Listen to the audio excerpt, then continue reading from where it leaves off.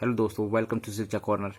चलिए, BA semester 1 political science का student जो है, ठीक है, उनका कोर पेपर 1 का यह टॉपिक है origin of the state, theory of social contract. मतलब सामाजिक अनुबंध का सिद्धांत जो है, ये बहुत ही वीवीआई क्वेश्चन है। ठीक है, बहुत ही ज़्यादा वीवीआई क्वेश्चन है, तो बहुत इंपॉर्टेंट है। आप ये क्वेश्चन को छोड़ के नहीं जा सकते। ये क्वेश्चन को आपको पढ़ना ही होगा। ठीक है, तो अगर अभी तक आप नहीं पढ़े तो ये बहुत ही आसान सा सवाल है। ठीक है, आपको सिर्फ इसको समझना है एक बार में। ये वीडियो को अंत तक देखें, आपको पूरी तरह से समझ में आ जाएगा। चलिए वीडियो को स्टार्ट करते हैं। ठीक है, तो सामाजिक अनुबंध की अवधारणा, अब इसमें हमको पढ़ना जो है, चलिए स्टार्ट करते हैं। इसमें अब जो हम लोग को पढ़ना है वो है सामाजिक अनुबंध की अवधारणा। ठीक है, इसमें क्या है, देवीय उत्पत्ति सिद्धांत का खंडन। तो पहली बात, आपने देवीय उत्पत्ति का सिद्धांत अगर पढ़ा है तो ये पूरी की तरह उसका पूरा का पूरा ये क्या अपोजिट है। देवी उत्पत्ति सिद्धांत में यह कहा था कि राज्य जो है एक देवी संस्था है, मानवीय संस्था नहीं। मतलब राज्य का निर्माण जो है मतलब देवों के द्वारा हुआ, देवियों के द्वारा हुआ है। ठीक है, मतलब वहाँ पे ईश्वरीय संस्था वो उसको मानता है। मतलब राजा अगर कोई भी काम करता है उसमें तो वो ईश्वर के प्रति उत्तरदायी, मतलब राजा को कुछ भी नहीं होगा, वो क्या होगा, उस काम के पीछे ईश्वर उत्तरदायी होगा। ठीक है, मतलब राजा, ईश्वर के आज्ञा पे ही राजा कोई काम को करता है, या तो कोई अगर ये दिया, सजा भी दिया तो वो ईश्वर की आज्ञा के अनुसार ही देता है। ठीक है, तो ये वो होता था देवी उत्पत्ति सिद्धांत। अब जो आता है वो सामाजिक उत्पत्ति सिद्धांत। इसमें क्या है, राज्य का निर्माण कैसे किया, कैसे कुछ लोगों ने मिलकर निर्णय लिया और राज्य का निर्माण किया। ठीक है, क्या हुआ, किस टाइप का समझौता हुआ, तो वो सब इस टॉपिक में पढ़ेंगे। ठीक है, तो यहाँ पर हम लोग देखते हैं, उदारवादी विचारक राज्य को एक ऐसी संस्था मानते हैं जिसे सब मनुष्य या उसके समूहों ने मिलकर अपने हित और लाभ के लिए बनाया है। यह विचार राज्य के यंत्रीय सिद्धांत के साथ निकट से जुड़ा हुआ है। ठीक है, तो ये नोट्स का पार्ट्स है, तो आप नोट्स का पार्ट्स है, तो ये आप ये सब इंपॉर्टेंट पॉइंट है। ठीक है, मतलब कुछ इंट्रो पॉइंट जो होता है, ठीक है, वो सब चीज़ है। ये सामाजिक अनुबंध, सामाजिक समझौते का सिद्धांत राज्य की उत्पत्ति के बारे में ऐसी परिकल्पना को व्यक्त करता है जिससे उदारवाद की मान्यताओं की पुष्टि होती है। इसमें यह कल्पना की गई कि राज्य का निर्माण सब मनुष्य ने मिलकर सबके हित साधन के उद्देश्य से किया है। ठीक है, क्या कहा गया कि सब मनुष्य ने मिलकर ही इसका राज्य का निर्माण किया है, सभी के हित साधन को देखते हुए। ठीक है, अब नीचे जाते हैं। इस सिद्धांत, चलिए, इस सिद्धांत के प्रवर्तकों में 17वीं शताब्दी के दो अंग्रेजी विचारक थॉमस हॉब्स और जॉन लॉक तथा 18वीं शताब्दी के एक फ्रांसीसी विचारक जिया जॉक रूसो के नाम विशेष रूप से प्रसिद्ध है। कुछ अन्य विचारकों ने सामाजिक समझौते के विचार को अपने चिंतन के साथ मिलाकर आगे विकसित किया है। इसमें प्रसिद्ध उदारवादी विचारक हर्बर्ट स्पेंसर, जॉन रॉल्स और रॉबर्ट नॉजिक के नाम विशेष।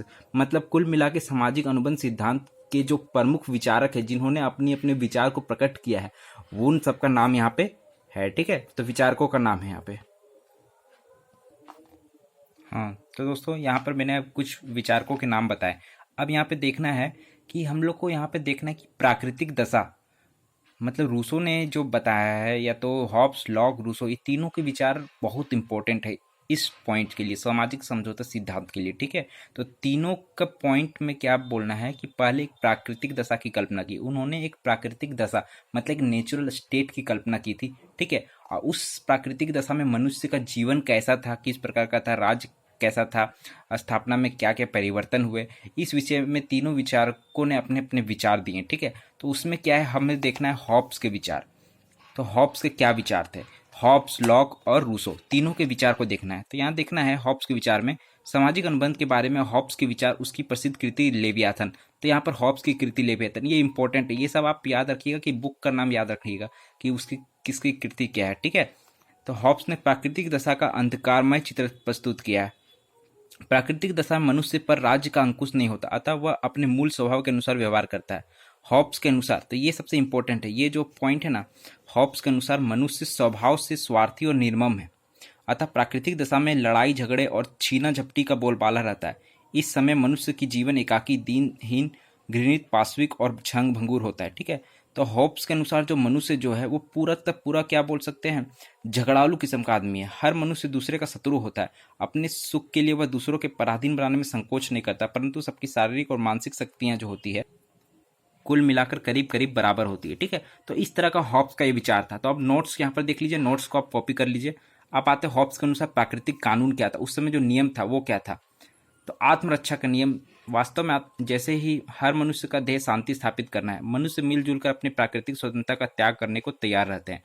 ठीक है, मनुष्य अपने आपसी समझौते का पालन करे, मनुष्य अपना उपकार करने वाले उपकार करे और उनके प्रति की तरह। तो ये हॉब्स का कानून था कि ऐसा कानून को फॉलो किया जाना चाहिए था, जितने पॉइंट यहाँ लिखे हुए। पर लेकिन वहाँ पर मनुष्य का स्वभाव कैसा था, वो स्वार्थी था। ठीक है, झगड़ालू किस्म का आदमी था, दीन घृणित था, पाशविक था, क्षणभंगुर था।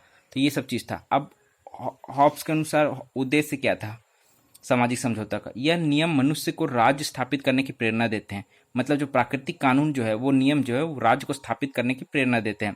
इसके लिए वे सामाजिक समझौते का सहारा लेते हैं।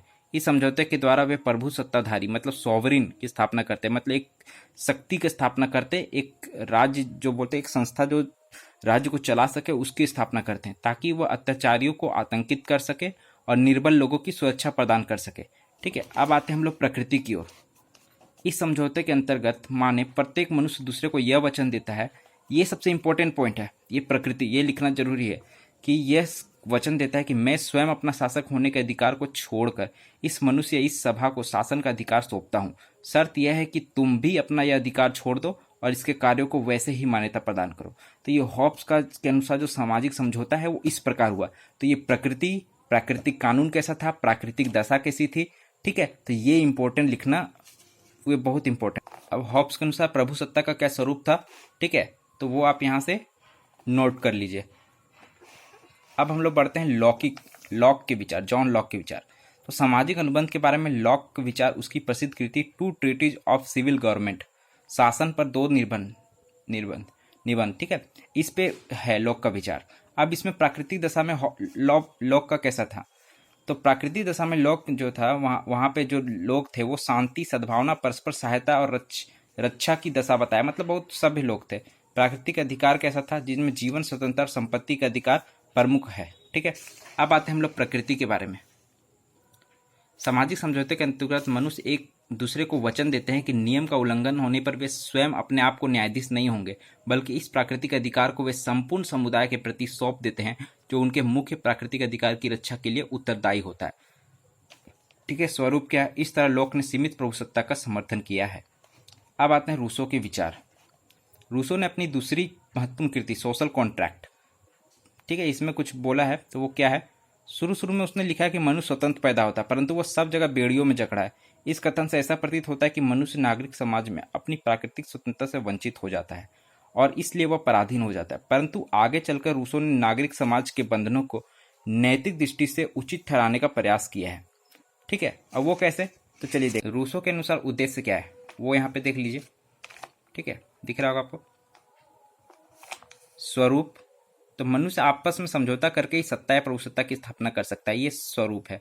यह प्रभुसत्ता पूर्ण, अविभाज्य और यहाँ पर अदेय लिखा होगा, ठीक है, इनएलिनेबल होती है। परंतु यह प्रभुसत्ता किसी एक शासक में निहित नहीं होती है, ठीक है, जिसका अस्तित्व समझ में अलग या समाज से बाहर हो, बल्कि जनसाधारण के पास ही रहती है। इस तरह से रूसो ने लोकप्रिय प्रभुसत्ता के विचार को बढ़ावा दिया। मतलब जितनी प्रभुसत्ता जो शक्तियां हैं वो एक किंग के पास न होकर पूरी तरह प्रजा में शक्ति के बारे में बात किया गया। ठीक है, अब आता है प्रकृति। तो सामाजिक समझौते के अंतर्गत मनुष्य अपनी व्यक्तिगत हैसियत से अपने प्राकृतिक अधिकार को त्याग करके पूरे समुदाय को सारे अधिकार सौंप देते हैं। तो ये रूसो का विचार था। ठीक है, अब जो है आलोचना, सामाजिक समझौता सिद्धांत की क्यों आलोचना हुई, तो उस पर कुछ पॉइंट है। जैसे सामाजिक समझौता जो सिद्धांत है वो अनऐतिहासिक है। ठीक है, पहला पॉइंट। दूसरा पॉइंट जो है वो है, आप नोट्स के अंदर देख लीजिए जो बात है यहाँ पे, स्वतंत्रता के लिए विवश किया गया। ठीक है, लोगों को मतलब जानबूझकर, मतलब समझौता करके। दार्शनिक, देखिए यहाँ पर लिखा हुआ है, दार्शनिक दृष्टि से में हम यह दोष पाते कि इसके अनुसार मानव स्वभावतः सामाजिक जीवन पसंद नहीं करता, परंतु परिस्थिति से बाध्य होकर उसे समाज में रहना या प्रारंभ किया। परंतु यह बात सत्य नहीं है कि मनुष्य स्वभावतः एक सामाजिक प्राणी है। ठीक है, अब यहाँ देखना है तीसरा पॉइंट जो है तर्कयुक्त खंडन। तर्क के साथ खंडन किया गया, वो देखना कि क्या खंडन किया गया। साथ ही यह बात तर्कयुक्त नहीं ज्ञात होती कि असभ्य तथा जंगली मनुष्य को समझौता करने की बात सूझी। मतलब जो प्राकृतिक दशा में जो मनुष्य जो था, लोलुप था, स्वार्थी था, झगड़ालू था, ठीक है, या तो जंगली था, उस समय का बात है। उस समय मनुष्य को कहाँ से ध्यान आ गया कि वो लोग इतना सभ्य कैसे हो गया, इतना जानकार कैसे हो गया कि वो मिलकर एक समझौता करेगा और एक राज्य का निर्माण कर देगा। ठीक है, तो ये एक था तर्कयुक्त खंडन। फिर आया समझौता एक कानूनी विचार है जो कानून द्वारा स्थापित अवस्था में ही स्वभाव हो सकता है, परंतु कानून राज्य में ही बन सकता है। ठीक है, ये भी एक पॉइंट है कि कानून तो राज्य में ही बनेगा, और जब राज्य ही नहीं तो कानून पहले से कैसे बना। ठीक है, तो ये भी एक तरह का खंडन है, आलोचना हुआ।